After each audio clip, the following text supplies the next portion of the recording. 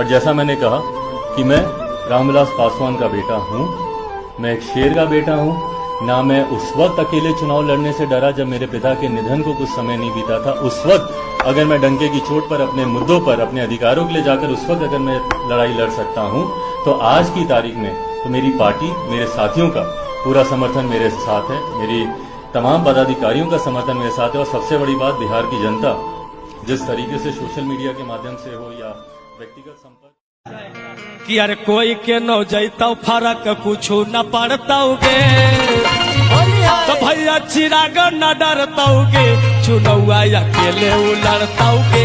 भैया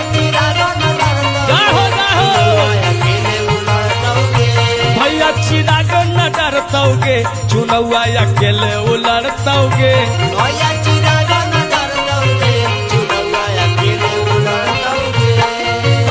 इतने ना चिराग